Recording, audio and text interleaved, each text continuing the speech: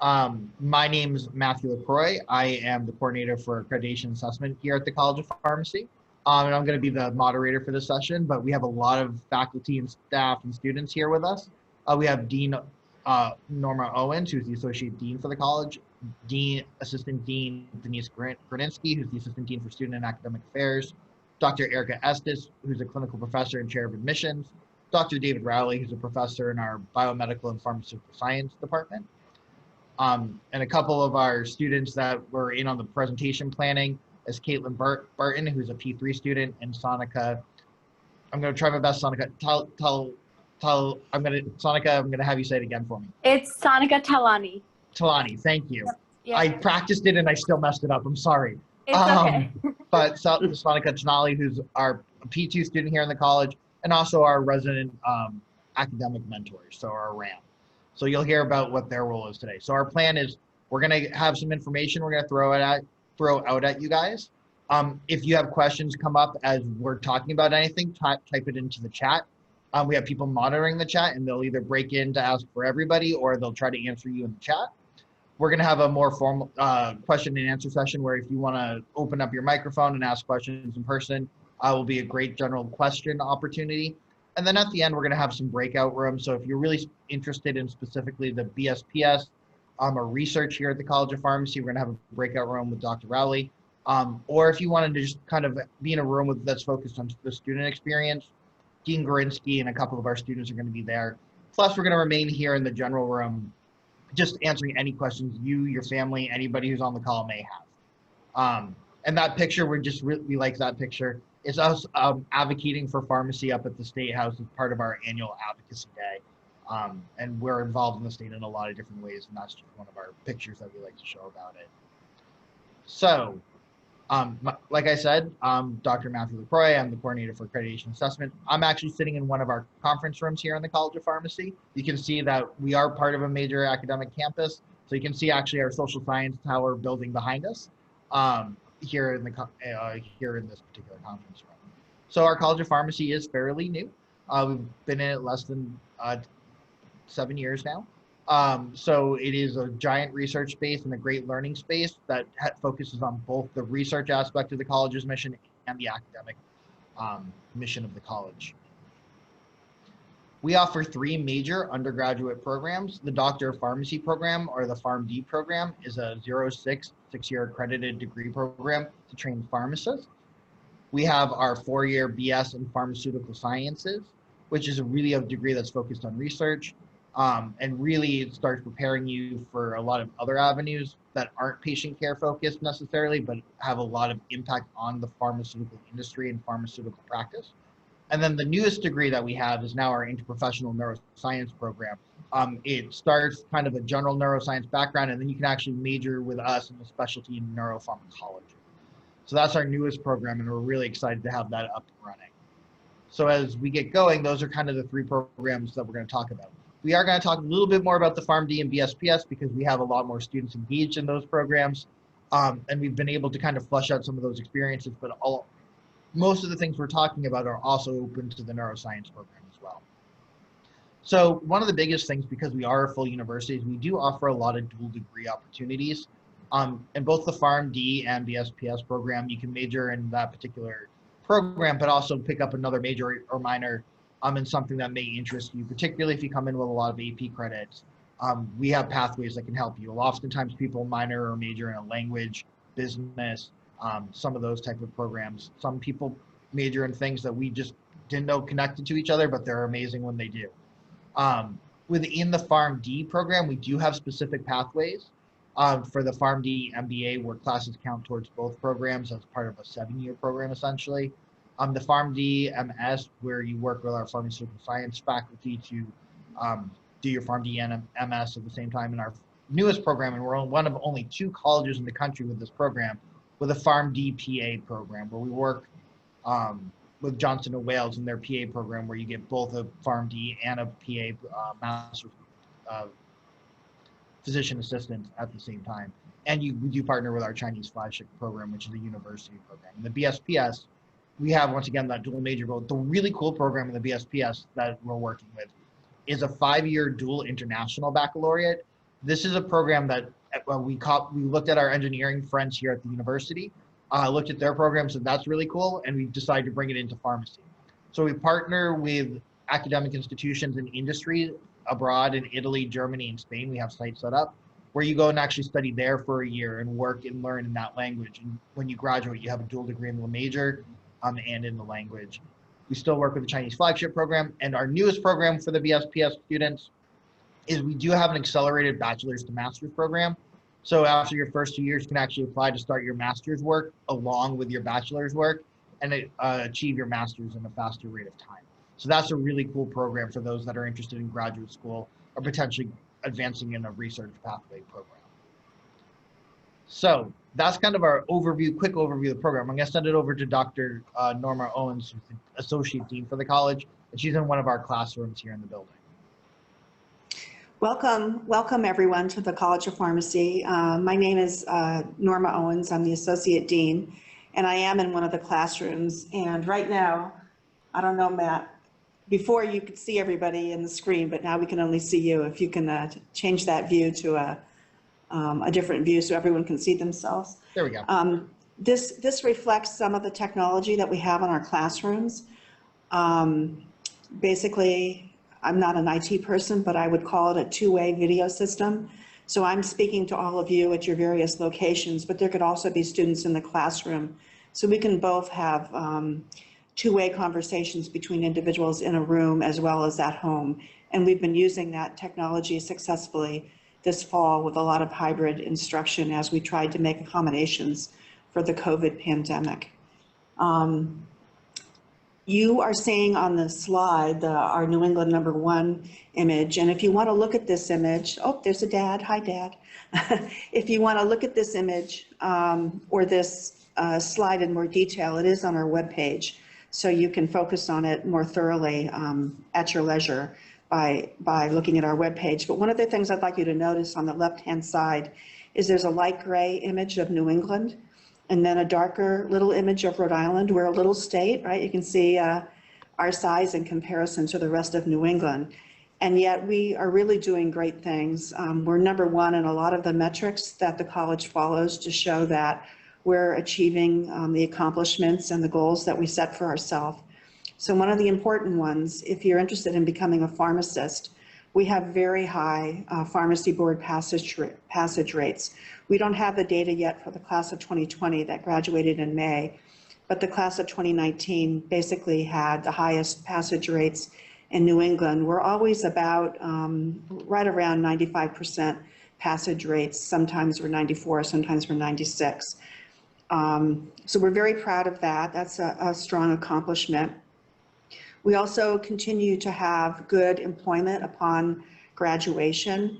So there's a national survey that all pharmacist graduates take across the country. So across the 150-ish, however many colleges of pharmacy there are, all the graduating students who are becoming pharmacists take the same survey.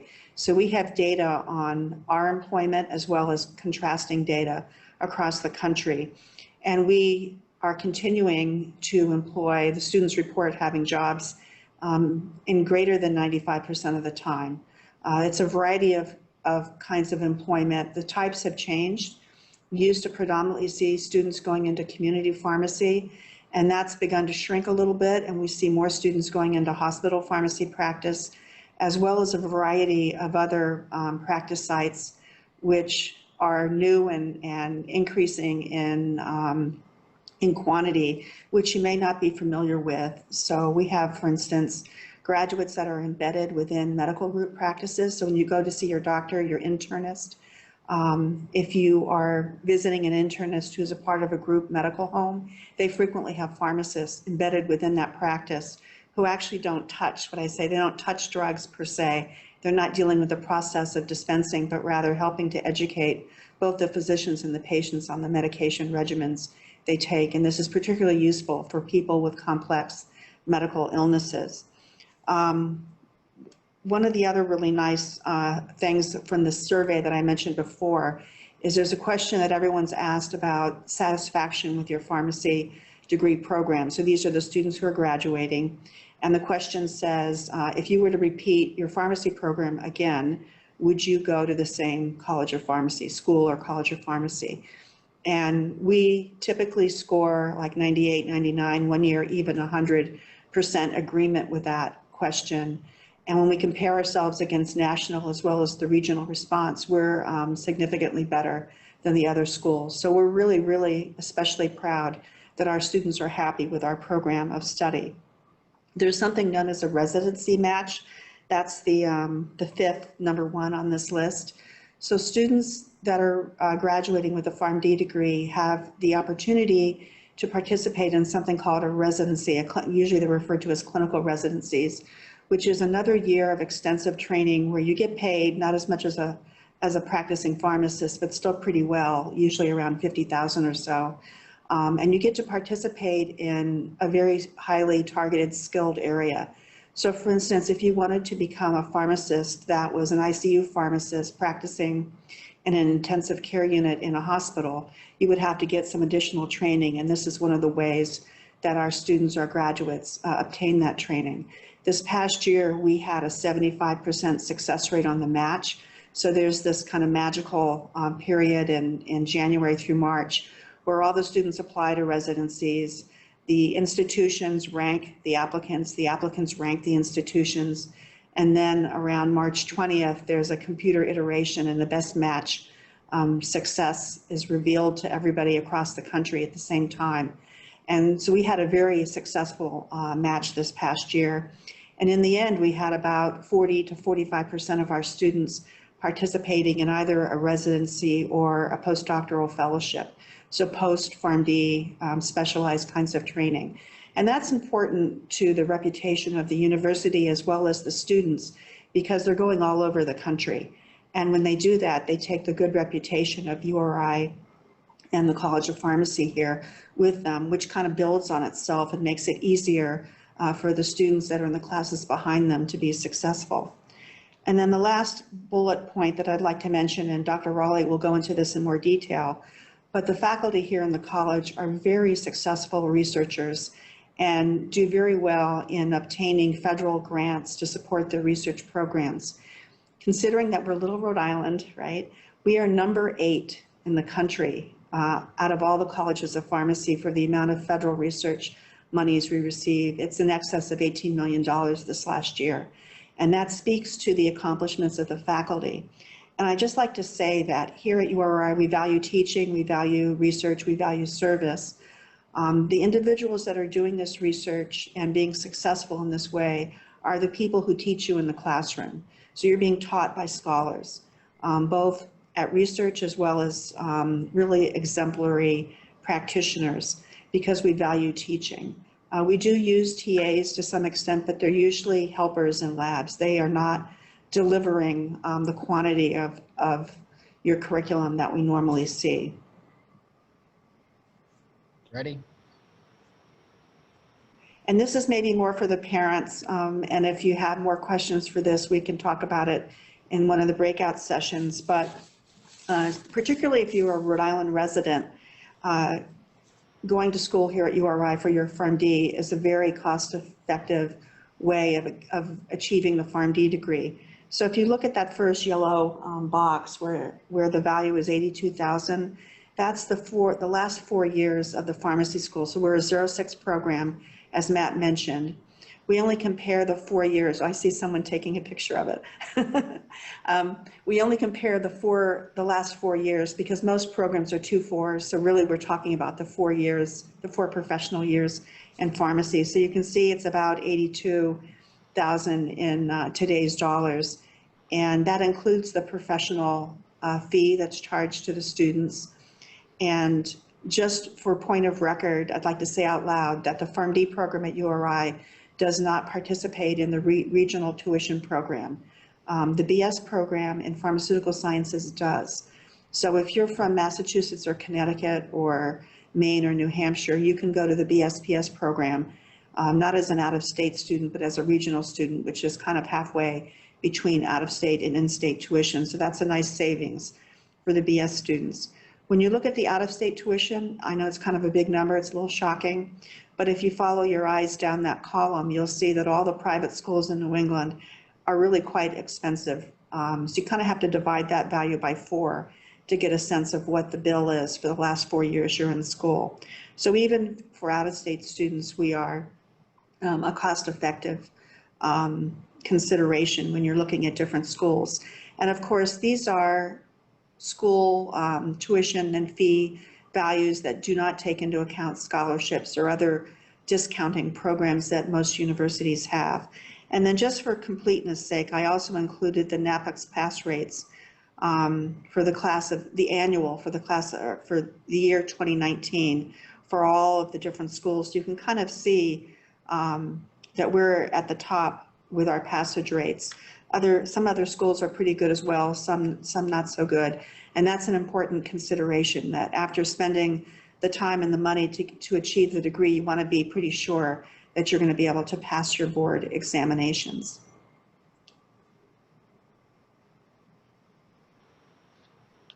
And we're going to head over to Dr. Estes, but I do want to answer one of the questions that did come up in the chat. And the question is, how many students did we admit this last year, and how many students do we expect to admit coming into this year here? We admitted 130 freshmen that enrolled here, that matriculated in September. So we have about 130 freshmen, and our intention is to enroll the same number of students next year. We have not reduced our class size because of the COVID-19 situation. Sorry, Dr. Estes, it's all you. All good. It's actually a perfect segue because one of the things I'll be talking about is admissions. So hi, everyone. My name is Erica Estes. I am a clinical professor here in the College of Pharmacy. I am currently the chair of the admissions committee as well. I am sitting here today in the model pharmacy, we like to call it. You can kind of see it behind me. I'll adjust my screen. Looks like I'm actually sitting in a CVS, kind of, doesn't it, to all of you sitting out there, but I'm right here in Avedisian Hall. So one of the great things about open house is normally we have an opportunity to give you a tour of our building and talk to you in person. So those of us on campus today are in the different spaces so you can kind of get a glance of what it looks like. We've actually got some real products in here. Students get to practice pharmacist. Their patient counseling skills. We have the opportunity with some great technology in this space too, that cameras can be in here while faculty is watching what students are doing and can give them feedback. And it's a really great opportunity for them. So a couple things about myself. I am an alumni of URI. I was here in the College of Pharmacy when it was still a bachelor program, a 5-year program. And I also obtained my doctorate of pharmacy degree here as well. I have a son in college and I have a son in high school, so I'm well versed with what's going on in all of your minds right now with the admissions process in many ways at work and at home. So I'm going to talk a little bit about admissions. I'm not going to get too in the weeds with it because I know you've probably gotten a lot of information already from the university. So I'm going to try and focus on some of the differences with the PharmD program specifically, also knowing that we have a BSPS in the neuroscience, which follows more typically some of the university requirements. Ours are a little bit different with PharmD, and you can ask specific questions as well. So for our PharmD admission process, students are admitted directly to our PharmD as a freshman. So for those of you that are seniors, there's some maybe juniors on the call, maybe even younger, we're a 06 program. So you're admitted as a freshman and you will stay in the program as long as you maintain your requirements. So the benefit of that is that you don't need to reapply later as with other schools. So there's about 144 schools of pharmacy in the country. There's only about 7 that are 06 programs. So that does make us very unique in that regard. So the program, it's 6 years, it cannot be shortened. And we'll talk about that a little bit more, what that means within the curriculum.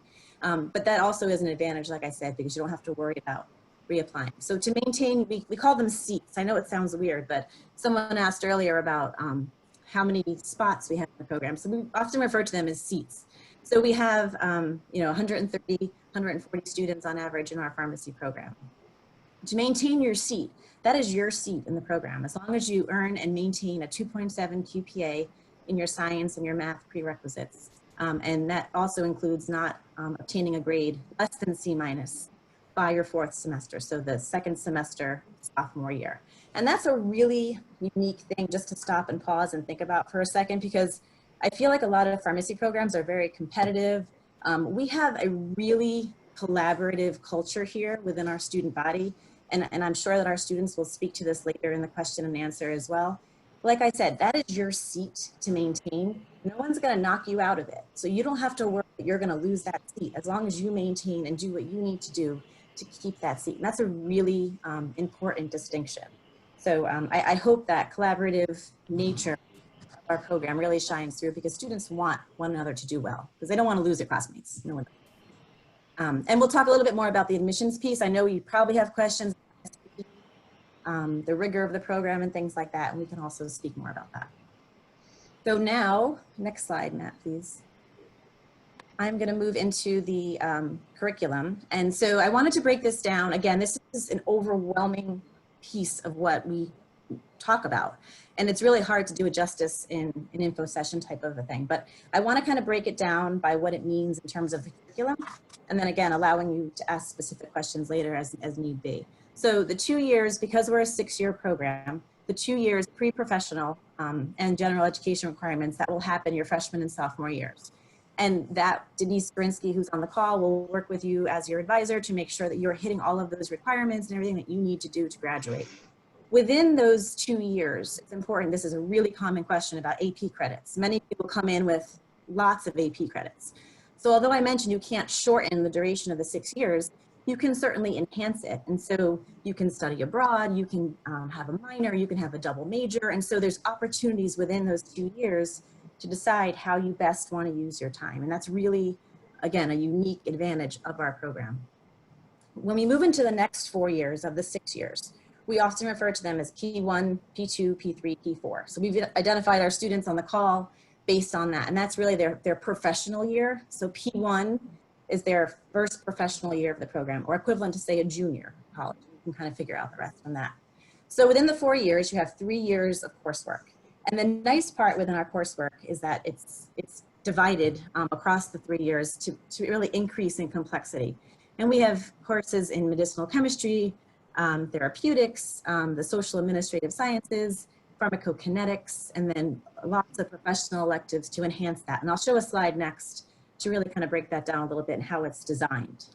Within the coursework years, the 3 years, you'll also have 300 hours of introductory pharmacy practice experiences. And so that's service learning, community pharmacy, hospital pharmacy, and also, as the picture here on the slide shows, our simulation lab, where one of our students is actually going to be broadcasting from in a little bit.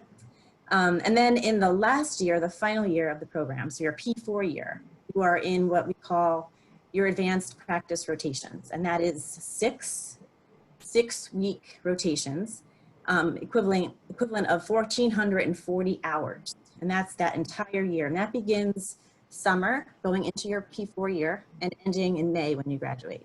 So you'll have 6 blocks of rotations, and you'll have 1 block that you're off of those 6 weeks. And so you'll have opportunities in inpatient pharmacy, where you round general medicine. You'll have hospital or health system, community pharmacy, ambulatory care, and then 2 electives. And you have really nice autonomy within this program to choose the types of experiences that you have, and we'll work directly with you. I'm in the Office of Experiential Education as well.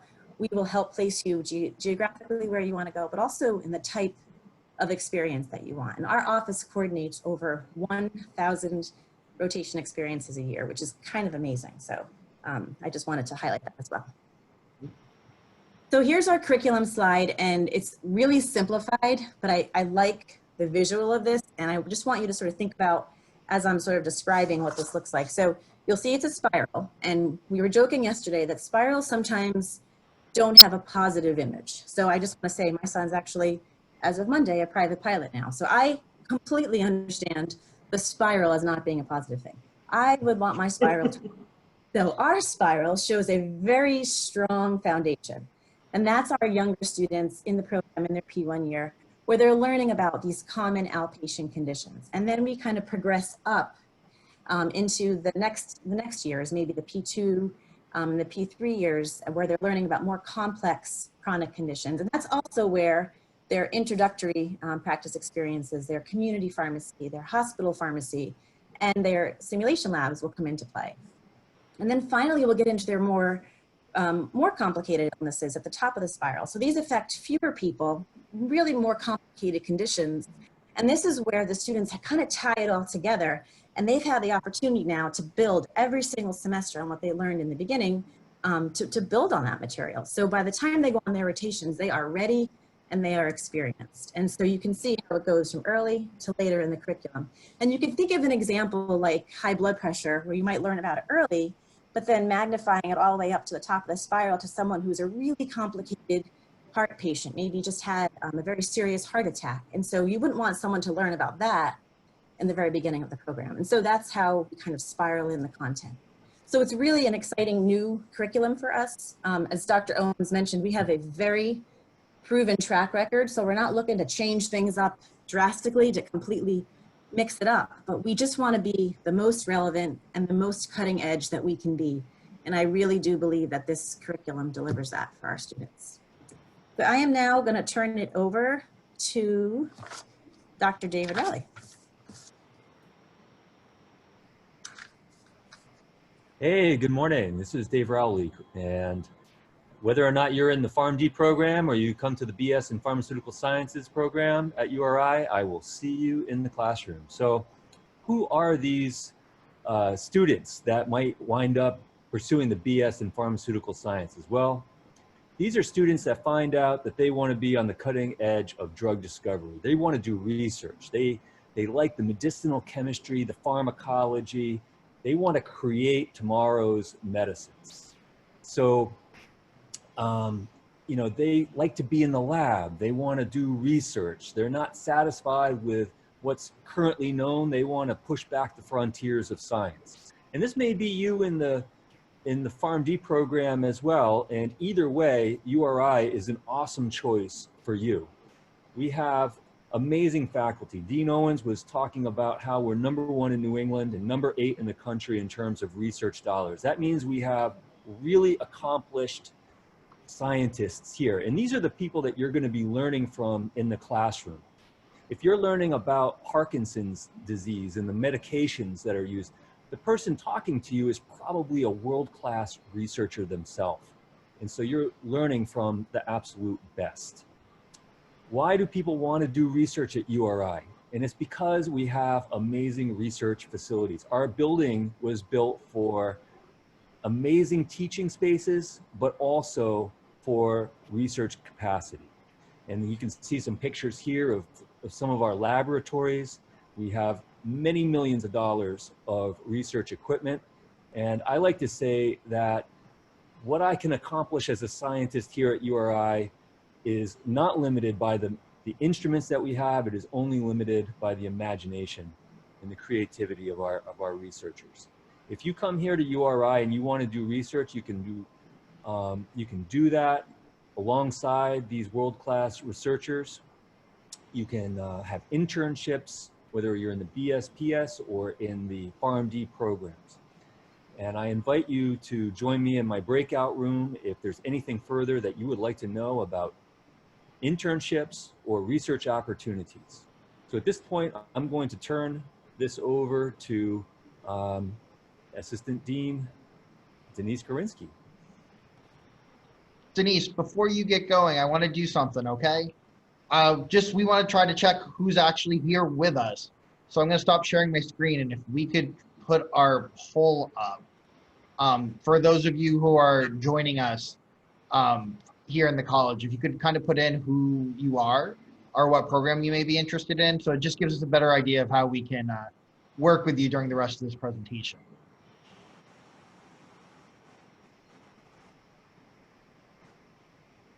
Excellent. We got some great numbers coming in. Perfect. Well, while they're putting that in, Matt, I might just also add, where do students go after they've achieved a BS in pharmaceutical sciences? And I'd say about half of the students go into industry. They want to get a job. They want to make some money. They want to go to Pfizer or AbbVie, or they want to work in biotech.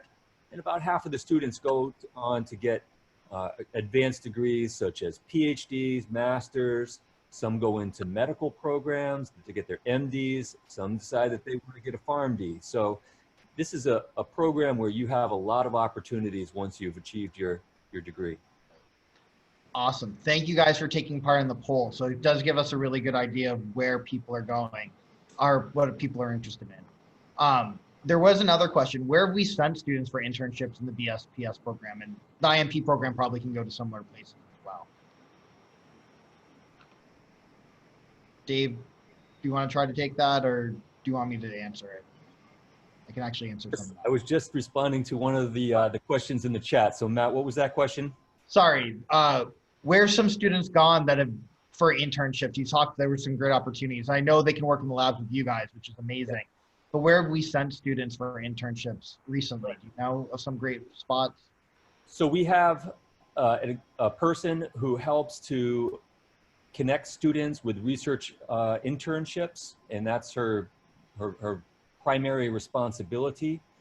Some of the students that I'm familiar with that have come to me, they go to places like AbbVie or other pharmaceutical companies that are in their area. Some want to live at home during the summer and commute. So we'll help you to find an internship that matches your interests.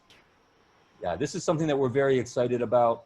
And you know, if you want to do summertime research, I think that that's outstanding, and we'll try to make that happen for you. And because I work, And can I, go for it, Dr. Owens. oh, hi. If you look on our webpage under the BSPS program, you'll see a listing of the institutions, both where individuals have done internships as well as places where they've been hired. So it's a pretty long list of institutions. Excellent. So I'm going to go back to share my screen. I'm sorry I interrupted you, Denise, but we're That's up. okay, Matt, not to worry. You're up. Okay, hi, my name is Denise. I'm the Assistant Dean in the College of Pharmacy as well as the Academic Advisor. So you'll be working with me from freshman orientation all the way through your first 2 years. It's like Dr. Estes said, I'll make sure you meet all the retention requirements to get you into that P1 year. I'll help you navigate the honors program. I'll help you navigate a double major. I'll help you navigate study abroad. So we'll be working close together. I'm also part of the LLC, which is a learning community that Sonica's will be talking to you about. We do a lot of programming in the dorm, both socially and academic. So I look forward to meeting all of you and when this pandemic's over. And my mantra is always go Rhody. And I'm not sure who's next. Is it Caitlin that's next? Can I ask you a question about what academic advisors do and professional mentors? Well, the professional mentors, the students will get when they come into that P1 year. They'll be assigned a faculty member who will help them navigate the profession as well as some of the academics.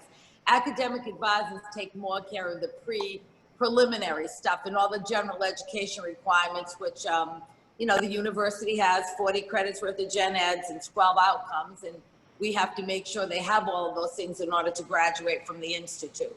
So we have to monitor and cross every I and dot every I and cross every T. So you're there to make sure that they stay on track and make sure they meet all that 2.7 and C minus. And you made me a wonderful computer sheet to do that. Thank you. So you're also there. Can you talk a little bit about the honors program as well? The honors program is a cluster of courses that students have to take. There are people in honors that you're going to work closely with. When you come in as a freshman first semester, we try to place you in an honors class if you're interested in it. If not, we'll put you in one second semester. But there's so many 100 levels. You got to do 200 levels. You got to do the colloquium. So I'll make sure that you have all the requirements to get to the right people in honors to help you. And there's great people in honors, Liam and Deb Gardner. So I work pretty close with them. And honors classes tend to be a little bit smaller and have slightly Honors different. classes are smaller. It's not that they're harder, they're very detailed. Honors communication is very popular with pharmacy students. Honors biochemistry is very popular. And if sometimes they even have organic chemistry, Dr. Mead will teach an honors economics class that we try to put people into. There's an honors ethics class, which is required.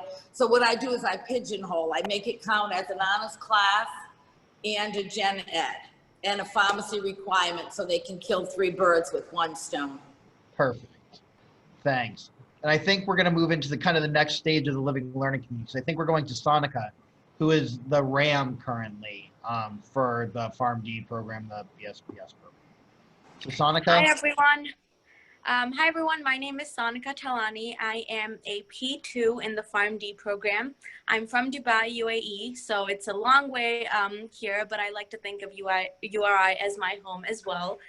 So I am the resident academic mentor of the pharmacy program, and I live in Heathman Hall, which is a living and learning community. So LLCs are one of my favorite things that URI does, and they basically group people together who take the same major and they make them live in the same residential hall. And so it's great because you are living together, you see them as your roommates or as people down your hall. You are studying together in the lounges, you're walking to class together. It's a great way to make friends.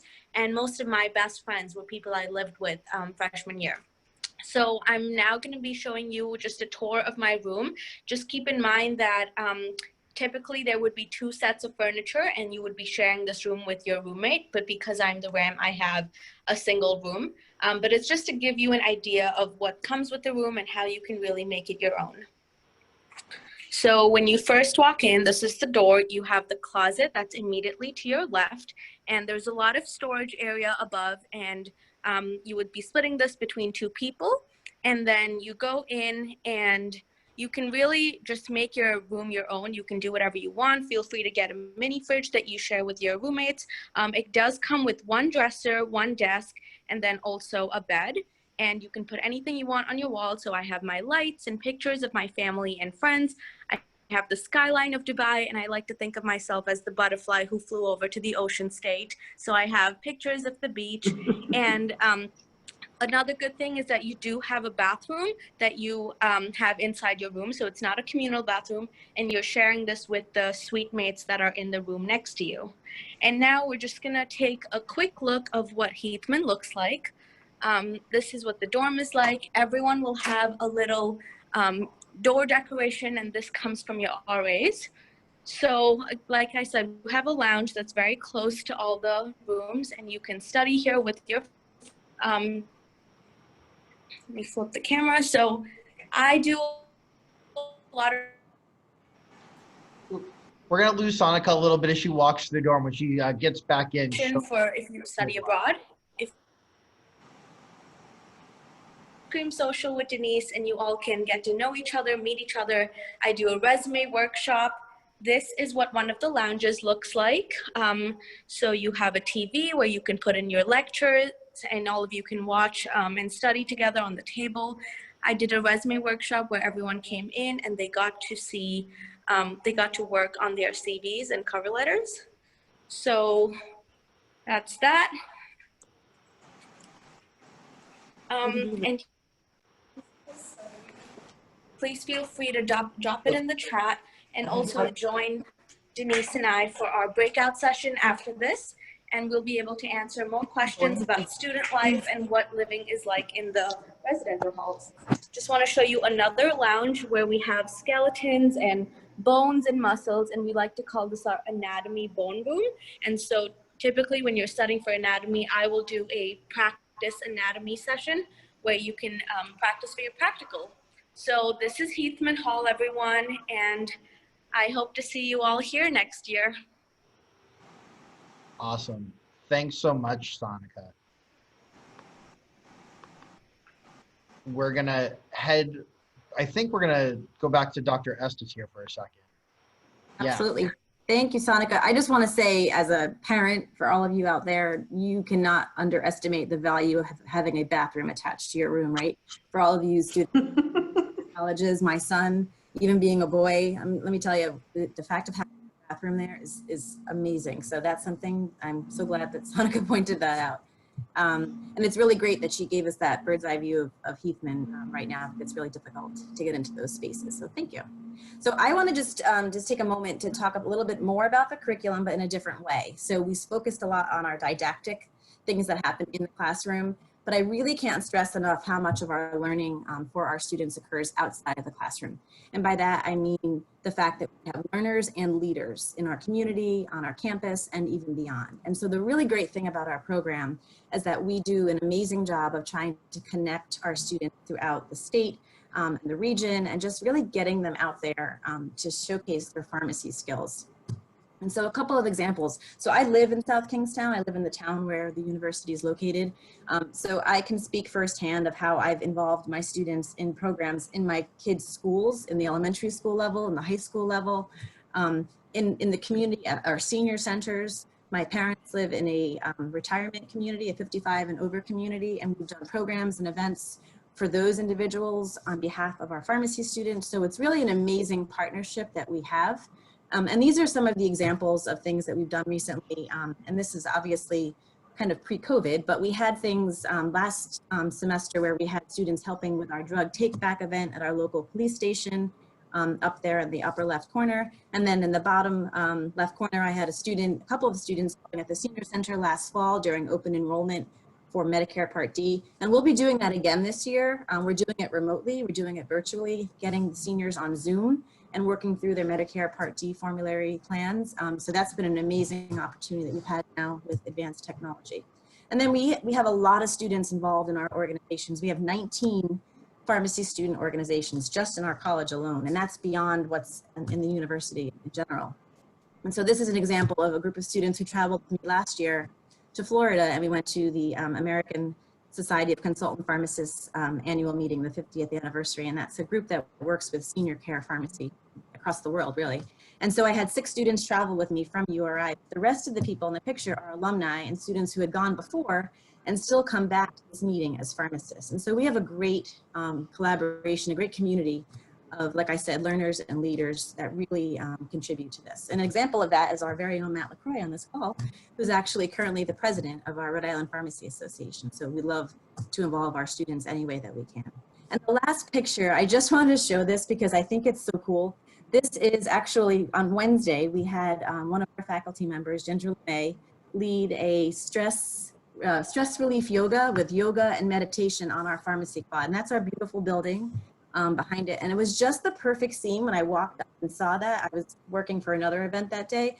And just to walk up and see those students and faculty, even Dean Larrett, our very own dean, was sitting in the group practicing yoga. So I just love that image. And I just want to convey to you how much of a community we are here, how much of a family, and how important that is to feel that your students are included in all of those events. So I think, do I have one more slide, Matt, after this? Yeah, so I just want to finish up also kind of continuing that theme of learning outside of the classroom. I was talking with some students the other day, Caitlin, who's one of our students who will be speaking next. You know, and one of the reasons that a lot of students love the opportunity to come to URI to study pharmacy is because we offer a study abroad program that is really, really unique. So we encourage study abroad. And I mentioned this earlier when I said that we couldn't shorten the 6-year program, and we can't. But you can enhance your 6-year program. So if you have a lot of credits coming in, some students have 1, sometimes 2 semesters worth of credits. You can work with Denise Gorinsky to really kind of formulate that to make it be the experience you want. So you can go to Italy, to Spain, to anywhere you want to go during that 2nd semester sophomore year as a PharmD student. The BSPS students can also do this, and they have a lot more flexibility, but we have other options besides that, where you can also go during a J term, which is that January term when you have some time off, and also in the summer. So last year we had about 30 students in our program, out of about 130 studying abroad. So just to kind of think about that, that's quite a lot of students. And that's about the number that we get approximately each year. So it really is significant. And these are some pictures of the students that contributed when I was doing this presentation. And so we had James, who's at one of the orphanages in Jamaica during a J-term experience. And then Julia down on the left, you can see her, she's actually part of paragliding in Switzerland, even though her study abroad experience was in the Czech Republic. So clearly there's some travel going on while they're also studying abroad. And then we have Michael, who likes to think that's his home in Florence, although it really was just him visiting the Movavi Gardens. And then we have, in the upper corner, we have Colin in a clinic in Vietnam, and that is during a J-term experience. And then down on the right, we have our lovely Caitlin, who will be speaking to you next from our simulation lab. And here she is posing in front of the Taj Mahal as part of her worldwide tour, she calls it, of 3.5 months visiting 12 countries. And so you'll hear much more about study abroad from Caitlin as well. So I'm going to turn it over now to her. All right, I think I'm unmuted, so we're good to go. But like Dr. Estes said, hi, my name is Caitlin. I am a P3 here at the University of Rhode Island. I came all the way from O'Fallon, Illinois, not quite as far as Seneca, but 17 hours is still kind of far. We've kind of touched on a few things so far during the presentation, but I really just want to highlight why I chose URI. I looked at colleges all over the United States. I wasn't picky on location, but URI for me had everything that I was looking for. I wanted a 0 to 6 program. Once I applied to college, I never wanted to apply to college again. I didn't want to have to reapply to pharmacy school. I also didn't really want to take the PCAT, and that was one of the highlights of the 0-6 program, was that I didn't have to take that exam. I also really wanted a college experience. I wanted to be able to go to a football game on a Friday night. I wanted to be able to do Greek life. And I really wanted to be a college student while also being a pharmacy student. So for URI, it really just had everything here for me. One of the unique things that I did find about URI was that I was able to study abroad without having to add any time onto my degree. And that was really big for me. I feel that study abroad was probably my favorite moment in college so far. And I can talk about it all day long. If I had the opportunity, I would study abroad again. But I went on a program called Semester at Sea, where I traveled around the world for 3.5 months on a cruise ship. And I went to 12 different countries, and then I spent 2 weeks in Europe post-trip. So if you're familiar with the show, The Sweet Life on Deck, like Sweet Life of Zach and Cody, that is what I lived. I went to school on the ship, and then anytime we were in a port, I got to go and travel. So I had some great opportunities, like going to the Taj Mahal in India. Another really cool thing that I really liked about the University of Rhode Island is that I had the opportunity to double major. So not only am I a PharmD student, I'm also double majoring with a French degree with another minor in biology. A lot of students that come in with AP bio credits can actually get that bio minor. It's very easy. Denise helped me set it up. A lot of my classes that are prerequisites for pharmacy also count towards that bio minor. So it's very easy to get. And I really enjoyed my time here so far. So I'm involved in a lot of things on campus. I am the head tour guide for the College of Pharmacy. I love talking about pharmacy school. I do these regularly. I really think that this is just the place to be. Of all of the College of Pharmacies that I looked at, this one was the most welcoming from the start. Everybody that I talked to, everybody had nothing bad to say about the program, and just had genuine love for what they do here. And that really spoke volumes to me. Like Dr. Estes mentioned, there are lots of student organizations on campus, not only through pharmacy school, but also in general. I'm involved, like I mentioned, I was involved in Greek life. I did Rush, and I joined a sorority for 4 years. I was also involved in the student alumni organization and other organizations on campus. Like we tell everyone, there is something for everyone. We do a lot of club sports, intramural sports. And my favorite one to talk about is that we even have a Quidditch team here on campus. And they're great. They actually practice right outside of Avedisian Hall. So we've seen them running around a couple times. So it's really cool. Pharmacy-wise, I'm involved in a lot of national organizations, but I'm also involved in the pediatrics pharmacy group. My goal once I graduate is to be a pediatric pharmacist in a hospital. So that has really helped me kind of get a good idea of what there is available out there. So I'm going to talk a little bit about the room that I'm in right now. I'm actually going to bring you guys just a little closer. So this.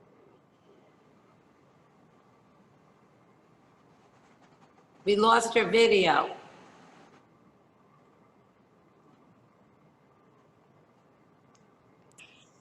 Can you see me?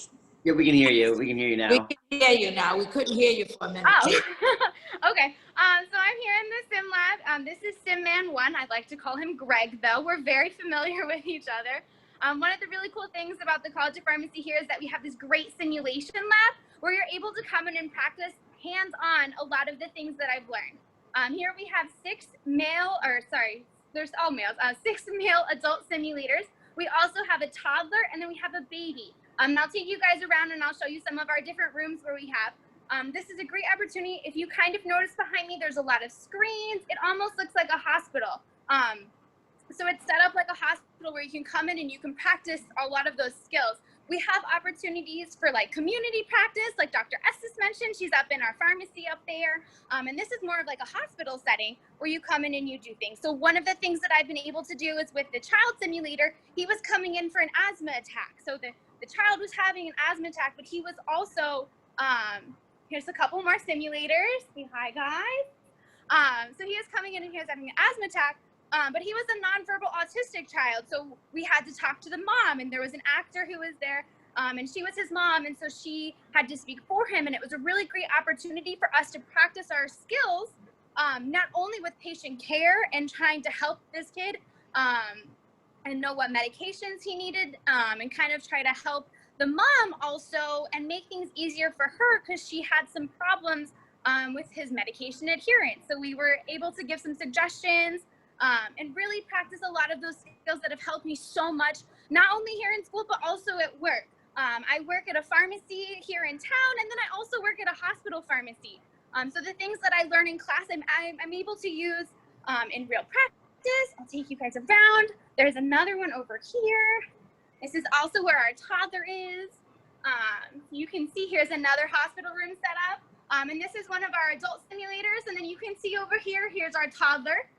He's not in a hospital bed. He's not plugged in right now. Caitlin, I have a question. Sure. The mannequins are male. Aren't they interchangeable so they can become female too? Yes, they can. So one of the really cool things about our mannequins is that they are so lifelike. They can speak, they can breathe, you can see them blink, you can listen to their heartbeat, you find pulse. That's one of the ways that we actually practice finding a pulse on a patient, is that there's multiple places on your body where you can find a pulse. So we had to find all of them on the mannequin. So you go through and like there's one behind your knee, there's one on your foot, there's, you know, the one over here, and then there's also one on your wrist. So it was practicing our clinical skills. And so they do, they pee, they also give birth. Quite exciting once you get to that. So it's such a really great opportunity for us to be able to practice those more hospital skills. And then here you can see we have what kind of looks like an exam room. And we also have actors come in here and act as patients, where you go over like their medication history with them. You try to help them be more adherent to their medications. If they're having problems keeping up and taking a medication every day, you come up with solutions to help them so that you can help remind them that they need to take their blood pressure medications in the morning, and things like that. So I've done that. We've also done like diagnosing a patient where a patient came in who had pneumonia, and we had to ask her about her symptoms, how long it's been going on, and then eventually get to the conclusion that she had pneumonia. And then we also had to recommend a treatment plan for her. So it's using what we learn in our classes in more of like a real like person setting, where you actually apply everything that you've learned. But I will also be with Sonika and Denise in our breakout session. So if you have any questions at all about student life here on campus, studying abroad, anything like that, I'm more than happy to answer questions. Perfect. Thank you so much, Caitlin. So now we're to the point where we really just are here for everyone to answer questions and to kind of reintroduce our breakouts. So as we take some kind of general questions that we've asked, that we got asked earlier, and if you have any others, if you put into the chat, if you want to go to the general information, the BSPS or research breakout, or the student experience breakout, please just put that in the chat and we'll be starting to send you to that room when we're ready to go. So if you want to go to a breakout room, please just make sure you put in the chat either a 1, 2, 3 that corresponds to the general information, BSPS research, or student experience, or put the name in and we're going to set you up as you put that into the chat. And if you don't know Matt, one second. If you don't know which breakout room you want, that's totally fine. If you don't put anything, you can just stay where you are and we can continue to answer there as well. So you don't have to pick something if you're not sure. Correct. So one of the questions we had early on, and we didn't talk a lot about, was about the neuroscience program. Within the neuroscience program, there are 3 tracks. And the question was, when do you have to declare which track that you're picking? Dr. Owens, I think I'm going to farm that question out to you for that. Hi, everyone. Yeah, so you start off in the freshman and sophomore years taking a fairly consistent science collection of classes that you would see for the PharmD program or the BSPS program. But probably about in the first semester of your sophomore year, you need to declare, and there are some neurology, NEU neurology courses to get you started in the field, but you have to make up your mind between one of 3 tracks. So you can major within INP in neuropharmacology, which would be with us, or with molecular neuroscience, which would be in the College of Environment and Life Sciences, what we call CELS, which is where basically the biology folks are in that area. Or there's something known as the clinical neuroscience, which is for the most part an increased amount of psychology courses for the neuroscience majors, and that's in the College of Health. So basically in your sophomore, your second year, you begin to decide what part of INP you're more interested in. You make that declaration. This program does have its own advisor, and his name is Patrick, and he's also the advisor for the BSPS program, so he's quite familiar with these courses and is useful in helping the students figure out and pick the right area that they want to focus in. Awesome. One of the questions I think that was really important, and I think Caitlin talked about it a little bit, but I think any of our students can answer this question is, how connected are you to the rest of the university versus just the College of Pharmacy? What other things have you gotten engaged with that, you know, may not happen in other colleges of pharmacy, because we are a 06 full campus? If any of the students want to unmute yourself, feel free to answer. I can touch on it a little bit more. So for the first 2 years of school, you are taking classes with the other, I guess the other part of the University of Rhode Island. So I took a lot of gen eds, and my gen ed chemistry class, not only did it have pharmacy students in it, it had nursing majors, it had engineering majors, it had chemistry majors. So a lot of the friends that I made the first couple years of school in my gen ed classes aren't pharmacy majors. While it was really nice that Sonika mentioned that we all lived together, I did study with a lot of pharmacy majors. So I had that nice real support group for studying and stuff. But a lot of my friends actually weren't pharmacy majors. I did also mention that I did Greek life, and that was a really good way for me to reach out and to meet people outside of pharmacy. I was actually only one of 3 pharmacy students in my sorority. So a lot of my friends, I'd say like 95% of my friends, were actually outside of the College of Pharmacy. Now that they've all graduated, I do mostly have College of Pharmacy friends. But there's so many different things on campus. A lot of students get involved meeting other students and doing other things on campus outside of pharmacy through sports. We have a lot of students that either play like D1 sports. We have a couple swimmers and some runners as well. We also have a football player. There's also a lot of students that get involved through some club sports or some intramural sports as well. So a lot of people have found something that they're really passionate about and found a club that relates to that here on campus, and then have joined that club and met some people who are non-pharmacy majors that way. But like I did mention, oh, go ahead. Oh, no, I was just going to say, you're mentioning sports, and on the picture that we have here, we have actually Mazin, who's our P2 student, who's currently on the URI football team and came last year as a transfer student. So that's a picture of him. And then the picture down on the bottom here is actually 2 of our pharmacy students are on the girls rowing team, and they were the A10 champions the previous year, and they were actually featured at a football game with their banner last year. And then the one on the left is Hannah, who graduated this past May, and she was captain of the Ramette, the dance team that performed at all of the basketball games and even at the football games for her whole time that she was here. She's from California, and this was actually one of the reasons that brought her here. And she's pictured here with my sons, who had a little bit of, were a little starstruck when they met her at one of the conference basketball games. So we had to feature that as well. So it's kind of fun. But anyway, it's really cool that, to Caitlin's point, and just to see our students flourishing across campus in clubs and organizations, even outside of the pharmacy groups, is really fantastic.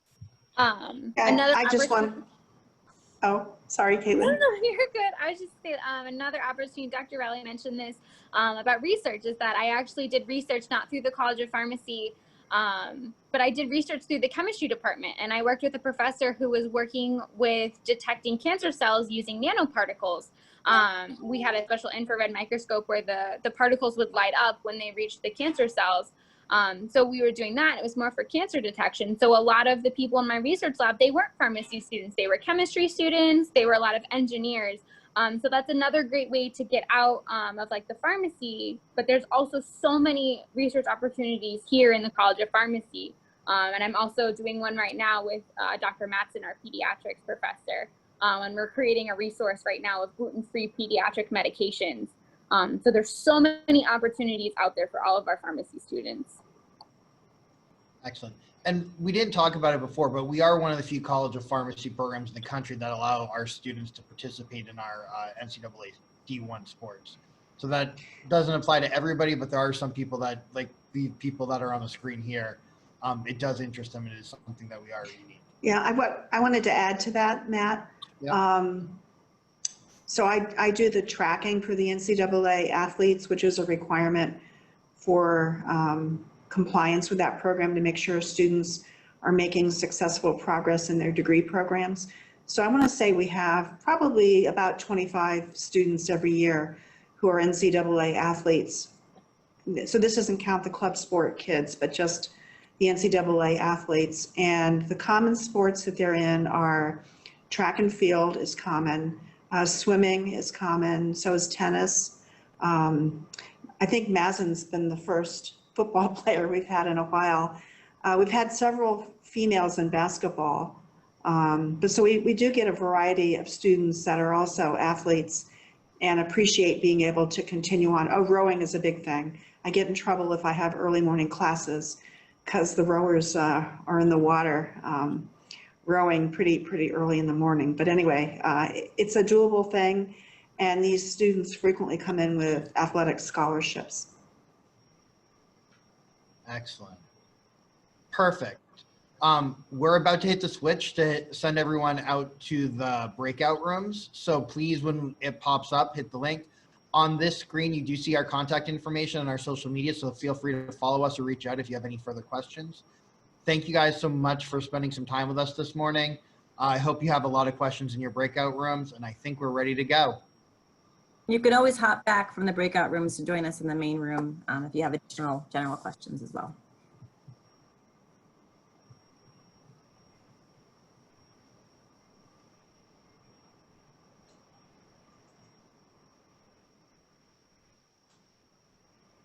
And I'm going to stop sharing the screen.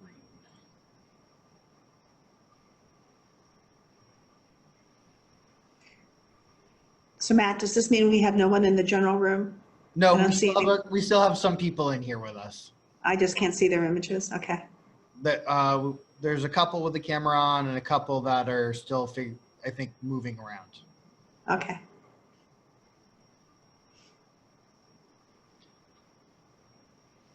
So it looks like we have 1, 2, 3, 4 kind of here. For any of the potential students that are out here, do you guys have any questions for us? Matt, let me just say, Danielle, I could see your question and I'll just say it out loud if it's okay. Is there a particular group you wanted to go to? You can either stay here and ask general questions or go to the student one or to the BSPS and research. So if you just tell us, type in the chat which one you want to go to, we can move you if that's easiest, or just say it out loud or whatever's easier.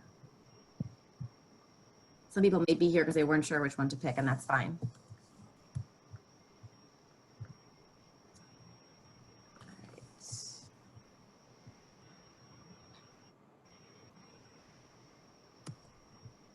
So how you move to 2 rooms, Alyssa, is pick one room now, and then you're going to come back to the main room, and She's then put room 2, I think. oh, Yeah, Alyssa would move like to room 2. Sorry. Yeah, so Ian, who's working behind the scenes, will probably move you right over. There we go. Or we'll move you short. Just takes a second. Thank you for joining us. Perfect, that's all good. Okay. Sarah, Danielle, do you guys have any questions, or do you want to be moved to any of the particular rooms? Actually, I have a question, if that's okay. Go for it. Okay, so I'm not really sure yet if I want to major in, go into a 6-year program for the pharmacy program. My other option, or something I was thinking about doing, was majoring in health sciences and then going into a graduate program. So do you think that majoring in health sciences would be a good choice to move into a pharmacy program afterwards, or would that be like looked down upon? I can begin to talk about that. Nothing is ever looked down upon. The issue is always, do you have the science prerequisites to come into the PharmD program? And the health studies degree does not have a heavy science requirement. So for instance, you're not taking a year of freshman chemistry and a year of organic chemistry, which are requirements for the pharmacy program. So that's the decision you kind of have to make, is to think about what would you do with health that's different maybe than what you would do with pharmacy. And if you're kind of interested, I would say that the health degree is more of a social science kind of degree. So you kind of have to ask yourself if you're more interested in something that's hard science or more organized towards social support and people kind of support activities to help you make up that, make your mind up about that. And also reach out to the folks in the College of Health and speak with them about what their graduates do who have health degrees. And I want to say they're about, it's a pretty large program now. It's still relatively new, but maybe they're about 100 students a year in that program. So it's definitely gained in popularity. Bo, go for it. Bo, Was Bo waving goodbye? I guess he was waving goodbye. I thought he had something to say. I'd like to add something, if it's okay. So Sarah, also another kind of consideration to think about, and this is something, that to think about for like the transfer purposes. So if your question is, well, do I see if I like it and to transfer, to change your major, things like that. If you can get into the College of Pharmacy now based on your prerequisites, based on the rigor of your courses, et cetera, that's a consideration to think, to start in pharmacy, because it is more difficult to get into that program. And then considering if you wanted to transfer out or move, if that wasn't what you were interested in. So I'm not telling you to like join something and then leave, but just kind of thinking about your qualifications and what you're bringing to the table in terms of when you're applying, as that's also an important consideration. It's much easier to get in now if you're qualified than trying to go through the transfer process later if you have second thoughts and maybe you want to try and come in after the fact, if that makes sense. So that's just kind of something to think about. Plus, I think one of the advantages at being at a university rather than like an independent college of pharmacy is there are a tremendous number of different majors. And so if you start off in pharmacy and you decide, gosh, I really love economics, I want to be an economics major, that's not hard to do at all. And your first 2 years are, I don't know what the phrase is, but a fairly consistent collection of science prerequisite courses that apply towards many different majors. So you're not really wasting your time if you do that. You're just basically giving yourself a lot of options that are here. I don't even know how many majors we have, but many majors, because we're a university. The biggest thing, what we always tell people about the PharmD, if you're interested in the 06 PharmD at all, it's always easier to apply to the 06 PharmD and be in that program than it is to try to transfer into it later. Because once you're admitted to the program, you have that seat that's assured as long as you maintain the minimums. It's a much easier pathway than trying to transfer into the program. We can't ever guarantee seats are going to be available. And you may have to do additional steps if you transfer to other colleges of pharmacy. Every college is a little different. So like for us, we don't require a physics prerequisite. It's not one of the things we have. It's something 90% of colleges of pharmacy have, so you would have to take additional classwork. No physics and 1 semester of calculus are what brought me to URI. Just saying. We're the number 8 research school in the country. We're doing fine. I'm just saying, I think it's important to think about that. So that's an excellent point to make, Matt. Thank you.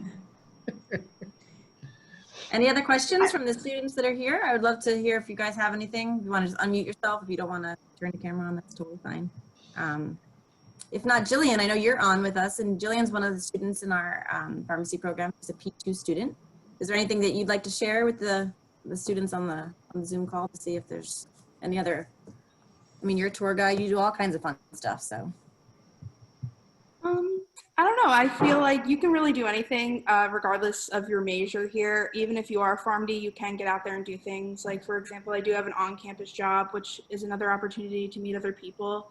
I have a lot of other friends than pharmacy, which is really nice. So you get to hear about other people's like outside life, because my world does revolve around pharmacy. I live with all pharmacy majors, and it's just a lot easier that way, in my opinion. But it's great to live with like your own major too, because you get to collaborate with each other, and especially because we are on Zoom, we have our little classroom, which is this table right here, and we have all our friends come over every day and we do class together, which is really awesome. So Yeah, so Jillian, you I was just gonna say, you've got that awesome background, like we're all on campus in our building, but yeah, lives in an off-campus house, and you can see her very nautical looking theme there with her oars. yeah, it's very beachy here. Very beachy. Where are you, Jillian? I'm in Eastward. Eastward look. So she lives about 2,000 feet from the beach. Is Yes. what Yeah. It's a tough life, guys. Like, someone has to do this. And our students, they're really roughing it right now in college during the pandemic because in their beach houses. Yeah. You can tell. So I'm on campus every day, so. Danielle, we do rolling admissions here at the university, so we always encourage you to apply early. As long as you apply by that December 1st deadline, you will hear, they always tell us somewhere around Martin Luther King Day is the absolute latest. Yeah, and actually, Matt, not to interrupt you, but we were on a call the other day, and last year the students heard even in December. So, the hope is that will also happen again this year. So we definitely encourage that 12/1 admission deadline to get the earliest response back. And it also makes you eligible for all the merit scholarships at the university. Absolutely. Yeah, more eligible. More eligible. The earlier you apply, the better you are with receiving merit scholarships. So that's what I've been trained to say is Martin Luther King Day is usually when we put out but it could easily happen earlier, and it did last year. Yeah, and that was really exciting for students to have more time to think about the decisions and whatnot. So that's a great question, Danielle. So Jillian, I know you're in the P2 class. Do you want to comment about how we're doing with the delivery of courses this fall? Because I know it's different, right? Because we're in a pandemic, but everybody might like to understand how we've adapted. Yeah, so we're doing hybrid this year, which is I'm really grateful for, because I know a lot of majors on campus are not getting that opportunity to go to campus at all. So I'm really lucky that we get to go twice a week, even if it's that many days. So our class was separated into a Monday, Tuesday, and a Wednesday, Thursday group. And so on Monday, we go in and we do our classes as normal. We sit every other seat, and we all got URI pharmacy masks the first day, which is really great. So we do our classes as normal, just typical lecture style. And some people have their labs that day, and mine are actually on Tuesday. So we go in and do our labs. So like, as they were talking about earlier, that's like the OSCE. That's what they were like with the sim lab. That's what they were talking about. So we do like our patient counseling that day. So it's really nice that we get to go in and do our labs in person, because it feels more normal than doing them over Zoom like we had to last semester. And then when we're not in school, we're sitting at home here's my classroom, like I said, and we're doing it through Zoom. And we have our teacher, the professors are teaching right in the room 170 where we usually have our classes. And it feels a little different, but when you have like friends around you that are also doing it, it feels a little more like normal. And we take some exams at home on our normal exam soft, and sometimes we're in class. It really just depends on the class, but overall it was a little confusing because we're also using a new software this year called Brightspace for like homework and stuff. But overall, I'm really happy with the outcome of what has occurred so far. And I'm just grateful that we even have this opportunity to go into class. I know I love having that teacher, professor, student interaction, and I hope it changes. Like, I hope we're full next year, next semester, but I like it how it is now. I'm working on it. I was teaching on Thursday, and just to kind of hop on what Jillian was saying, I teach a geriatric elective, and normally on this particular class, I have some older adults from the community come in and get interviewed by our students to practice with their physical assessment skills, like to improve those skills. And so we couldn't do that this year. I just didn't feel comfortable bringing older people onto campus. So we Zoomed them in, and the students called them first on their iPhones just to get them on FaceTime. They FaceTime with them to do the interview, and so they could go in their individual spaces. They spread out on campus. They went on the quad. They went all these little areas. They came back to the room, and then we Zoomed in the volunteers and had this great class discussion about what their interviews were like. And my dad was one of the volunteers, and I saw him last night, and he said, that was so cool. That was actually better doing it that way than doing it the way you've done it before. And so I not to say that we want COVID to continue. That's not my point here. The point is that we have this amazing technology now, and Ian, who's behind the scenes at NASA on our call today, getting all set up, has been really, vital in getting this all, these opportunities for our students. So I really think that in years to come, you're going to see the benefits of what we can now do that we even couldn't do before. And I think that's great. And Sarah, Jillian had a question. Sorry. Sarah has a question for Jillian. Wow. This is the end of a week. So what does your workload look like? So to be honest, take a deep breath, Jillian. I know you guys were stressed the other day when I was talking with you. Yeah. It is pretty heavy, to be honest. There's a lot of work. You need to learn how to be very organized and make sure you're on top of all your things. I like to keep a calendar of all the work I have to do, because on top of work, we also have jobs, and we are college students, so we also want to have social lives at the same time, and like go out to dinner and all that stuff and with our friends. And I think the workload is more than normal, but yeah, it's a lot of studying. Most of your days you are studying. It's more studying than homework, I would say, in my opinion. They have projects here and there for some classes, but majority of it is just studying. I really haven't had like homework every week except for one class, which is called IAL. It's a case-based class. So every week you get a different case, and you have to like figure out like what's wrong with them and how you would prescribe them what medications and how they should adjust their like outside life, like non-therapeutically.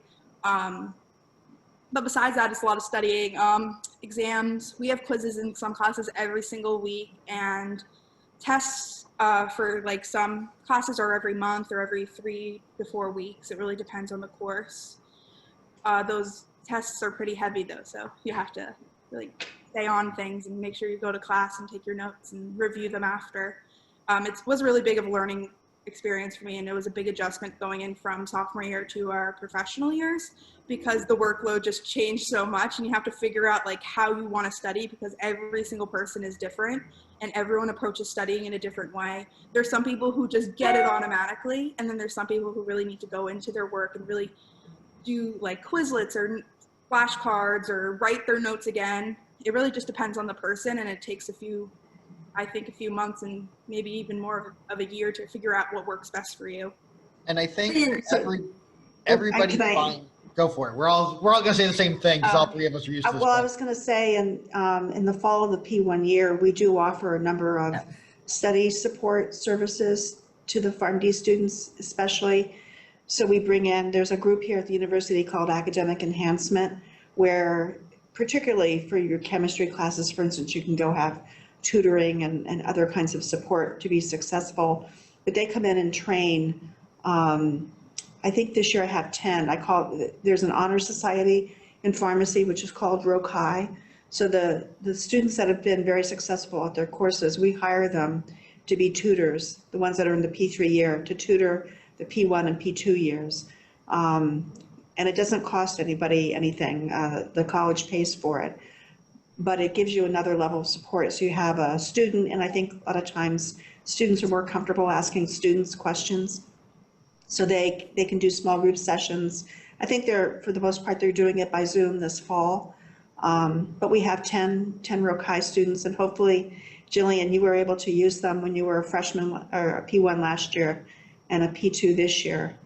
But I would say that the volume of work is significant. We are a professional doctorate program, right? So we're kind of serious about what we're doing. And when you graduate and take your boards, you're licensed to do something which other people don't get to do, right? You get you're a pharmacist and you have responsibility over the drug distribution and management system. So we really want to be sure that everybody is a competent pharmacist upon graduation. That's an important value that we have as a profession. So we're serious about the classes, but we also provide support for the students to be successful. Yeah, the Rokai tutors are great. I really like going to their sessions, especially last year. They actually, some of them will create PowerPoints and review sessions, and they'll post it on Facebook for everybody, so you can download those and practice them at home or even in the review session as well. And they'll create like practice problems practice questions that they saw on past exams. So it's really nice to see like an idea of what the exam could look like. So I just want to add one more. I saw there was a question in there, but I just want to add one more thing. It's kind of related to that. So Jillian is actually in my professional advising group. So I'm her professional advisor for that. We were sort of joined together last year as P1s. And so every faculty member or who is an advisor, 10 to 12-ish students assigned to them that we get to work with. And not necessarily tutoring purposes, but more just questions and sort of support. And so we've had those roles, and what Dr. Owens referred to was last year there were several different study sessions that the students attended and reflected on and kind of applied that to their learning, which I think was helpful. And then also related to that, in URI 101, I teach a section of that, which is the freshman course that you'll all take when you come here, and we're divided into by your major. And so that's also a small group. I have 18 students this year in my section. And so we go over all of the resources on campus with them, and that includes the Academic Enhancement Center and the services that are available. And many of our pharmacy students work at the AEC as tutors. And so we've brought them into our sections to help the freshmen with their challenging courses like chemistry and calculus or biology, the ones they oftentimes have questions about, and just giving them some study skills and opportunities to do better in those courses. And I know Sarah asked about the ratio, so I do want to, Norma's got her hand raised there too, sorry. Norma's got that one. She's got her hand raised, I see. Yeah. About the ratio? Of student to faculty? I think we're 1 to 14, but that's like an average across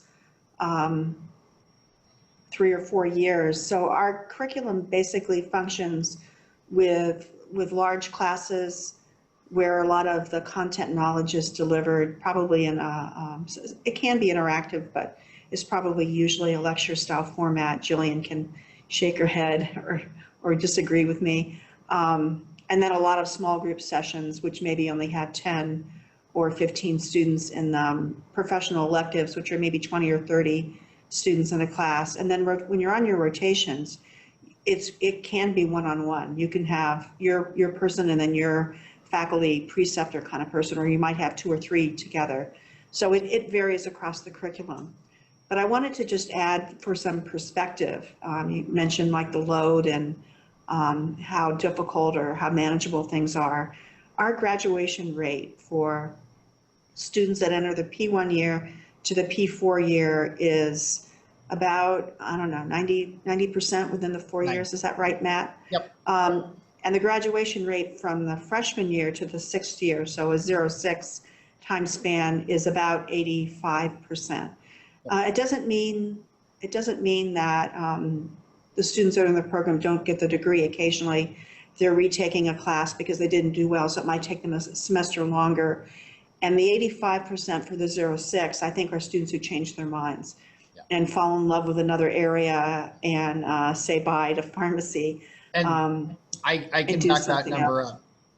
If you enter URI as a pharmacy major, 98% of people graduate with a degree within 6 years. Yeah. And but I think the P1 to P4 kind of speaks to the rigor of the program, but that pretty much everybody gets through, almost everybody gets through in 4 years. And then if you were to look at the P1 to P4 plus, I guess, we pick up a few extra students, not very many, but a few extra students. And I'd like to say for perspective, like my courses that I teach this semester, just for the size question that you had asked, like the number and the relationship with the professors, my URI 101 I mentioned has 18 or 19 students in it. I have a geriatric elective that has 28 students. And then I have another course which has about 78 enrolled, but that's, I break out the group into 4 groups. So I meet with them in 15 groups of 15-ish each week. So I know all of those students on a first name basis, on a personal level. They email all the time, they ask questions. So I feel like even within those that have larger courses, we all really try and do a good job of getting to know our students. I'm going to try to ask it more direct to Jillian in a simpler way. If you have a question, do faculty get back to you? And if you felt like you needed more help on a particular topic, do you feel like you could go to a faculty's office and get that help? Yeah, definitely. If there's a question you have that like a student, like a Rokai tutor or your friend cannot answer, they're always on their email. I swear they answer within like 5 minutes. For me, that's my personal experience with emailing. We also have a website called Starfish, and this is where all the professors list their office hours. And if you ever, most professors always have office hours. Even during the pandemic, they have Zoom sessions where you can sign up on their, like they have like a Google Calendar. You sign up and you put your name, and you can go meet them in their office or on Zoom for during this time. But if you have any questions, you can always go and ask them. And even after exams, for example, they always have opportunities for you to go and review your exam. I've been able to do that, which is really nice. So you know for the final or for the future, because you are using all this information for your profession, what to do and what you did wrong in a way. Danielle, thank you for turning on your camera too. We like seeing you. It's nice to see you there. Do you have any other questions for us, either you or Sarah? We always make fun of the students, well, not make fun of them, but like this is like the joke of when we have classes together on Zoom, it's like who puts their cameras on and where they're sitting and who has the ugliest artwork behind them and who just woke up. And I'm sure you're used to all of this from high school. Sarah looks very nice in her picture. But there's a kind of a realness about Zoom sometimes that we all appreciate after doing this for so long. So. Well, I am going to say I am impressed. We didn't see any cats or pets during the Zoom session today. No cattails this time. Cattails today. There's always is it weird? Yeah, see, it's because you're not home, Matt. We didn't get to see your cat. I know. She usually comes in comes at the 45-minute mark. Chris Federico is determined that she knows when we're about to end the RIPA Facebook feed. And the cat comes in and is like, you need to stop now. Now she takes it as a warning that I'm about to cut Chris off from talking. That's funny. For me, it's always when the UPS guy comes down the street and the dogs go crazy. So I have to unmute my camera, my phone really quick. Mute it up. So is there anything else that Danielle or Sarah, not to put you guys on the spot, you've got one-on-one attention here. So this is your chance, Is there anything you'd like to ask? Not even about our program, just about the application process in general. We didn't really talk a lot about the application process and just admissions in general. I know right now it's kind of like the elephant in the room with all of the changes with standardized testing and things like that. So, we're kind of taking that as it comes. We certainly are not changing our process in terms of our expectations of our students that are coming in, that we are 100% going to have high quality students as we always do. And that will not be a change. You can look on the website and have all the stats of the admissions criteria for our current class. But we do accept that the university is test optional this year, so SAT is not required. But if you do happen to take them, that's amazing and wonderful too. So, we understand where we are this year. Yeah, I'll just add that the successful applicants to the PharmD program have taken advantage of a rigorous curriculum that's available to them at their schools. So we get students from little bitty towns in Maine that don't have large schools that can offer AP credit, and we get other kids that have 40 ridiculous amounts of AP credit because their high school is larger with more resources. And it doesn't really matter. What the admissions folks look at is that you've challenged yourself with what was available to you at your school, and you don't have to get straight A's, but pretty much everybody has A's and B's. And you'll see the average grade point average of a successful applicant is basically like an A, a 4.0, but that's exaggerated because so many of those students have AP grades. And so if you get a B in an AP class, it's weighted higher than a B in a normal class. So that kind of inflates the grade point average. So everybody doesn't come in with a straight A average, but probably with A's and B's.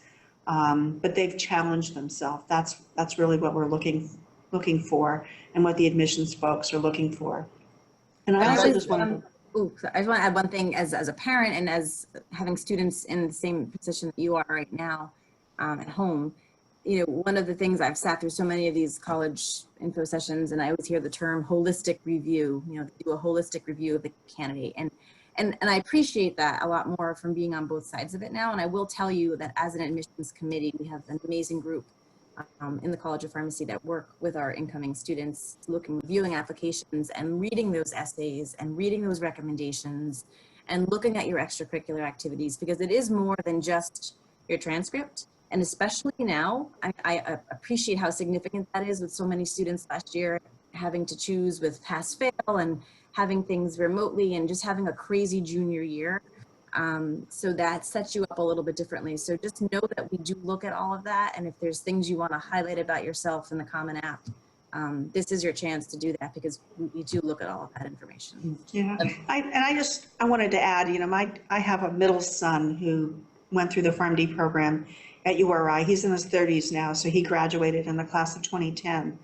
And I don't think they had living learning communities then, they had learning communities. He specifically did not want to live with pharmacy students. And all three of his roommates were music majors. There were four of them. I never went back into his dorm room because I didn't want to see what four men living together, what that would look like, right? But anyway, they were all music majors, music education majors. And to this day, they are lifelong friends. I'm really, I'm really kind of touched by that. They weren't all from Rhode Island. One was from Maine, one was from Long Island in New York. They've all gone to each other's weddings. They're very still tightly knit. And I think that kind of speaks to maybe it's because Rhode Island's like this little state, even though we do a lot of great things here on campus, but it does foster close relationships with other students. So I always kind of like that it's like, I don't want to live with pharmacy students. He did eventually, you know, when he was in the upper years, live with pharmacy students, but not. And he did marry one, Norma. So just for he did marry one. There are a lot of relationships between students within the college. It's always I try not to know about them because I don't really want to, right? But Jillian, do you have couples in the P2 class that you know about? Probably you do, right? Yeah, we do. Yeah. Sometimes they happen after too, though. Sometimes, like when they graduate, they kind of meet up after. Like my husband's a pharmacist, but we didn't go to URI together. Sometimes you just kind of gravitate towards people in a like-minded profession. It happens, you know. Yeah. When I see the parents in June, I frequently say, you know, your children are meeting their future colleagues and friends right now, because the parents have their own little orientation while the students are off doing student things, if we have a normal one this summer, which we hope we do. But that's the beauty of the interactions, is that close friendships begin to form pretty quickly. I mean, I guess there's two things that kind of are in this conversation. One, what I would really encourage this year in particular, look at the essays for application, both the general Common App essay, but PharmD requires a second essay. Look at those two essays and do take some time to work through those. We do read them. Because we read them. And they are something that we do look at. So do take that time for those two essays. And Matt, to your point, let's talk about that, just because I want Danielle and Sarah to appreciate that comment, because you guys spend months, right, on that Common App essay. I mean, it's like meticulously groomed by every parent, cousin, third relative that wants to read that thing. It's like perfect. And then students sometimes get to that essay that Matt was referring to in the College of Pharmacy when they're submitting their application. And I think sometimes they don't even proofread it. And so when you have this essay sometimes that comes through that isn't maybe you just trying to get it in, and then it's compared to this beautiful Common App essay, just, you know, spend some time thinking about that. Because I think it does, especially now, that will have a lot of weight for us to kind of get a sense of who you are, which is really important. I always like to see something related to health in the pharmacy one, right? Yes. And Danielle and Sarah, maybe you guys can comment on this, and I'm not trying to throw you on the spot, but I had read that there on the Common App this year, there is a section or a question about the pandemic and how you've been affected by that. And I wasn't sure if it was just a different essay prompt or if that's a question that all students have to answer. I don't know if you've gotten to that point yet, but I was reading about that. I didn't know if either of you have done that yet, because I was, for our perspective, how that will kind of play into. That's something we all wonder, of course, but I didn't know if that was just a different prompt. Okay. Yeah, I was reading about that on one of the college sites the other day, so I was curious to see. Well, maybe you'll see that, so heads up. But the closeness that Dr. Owens was talking about, well, I'm an alumni from the URI as well. We have all the, you know, when you look at state universities in the Midwest and out West where they're 30 or 40,000 people, we're only 17. We're half the size of the other state universities. And our campus is pretty compact. We can walk from corner to corner in 15 minutes. It's not a 45-minute walk across campus to get anywhere. You can get from one side of campus to the other in 15 minutes, which means we all live tightly together. And the campus has a really fun, unique organizational system.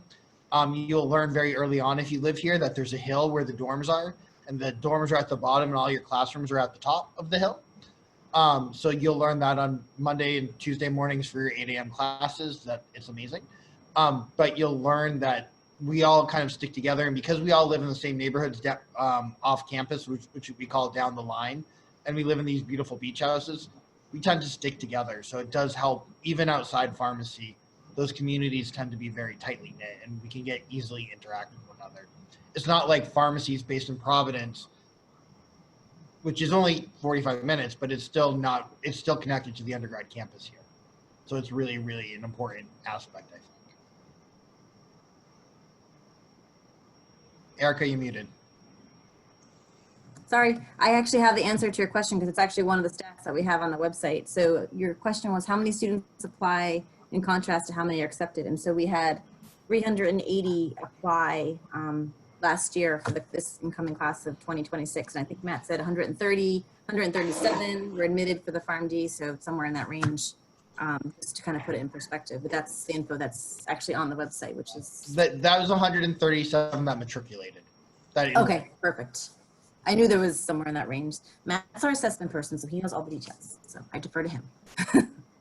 Oh, and we have people coming back from the breakout rooms. Yeah, I think Ian was just saying that we're going to be shutting down the breakout rooms now. Well, so. It is noon time, so we do have to send people, I think, to their next. Yes, exactly.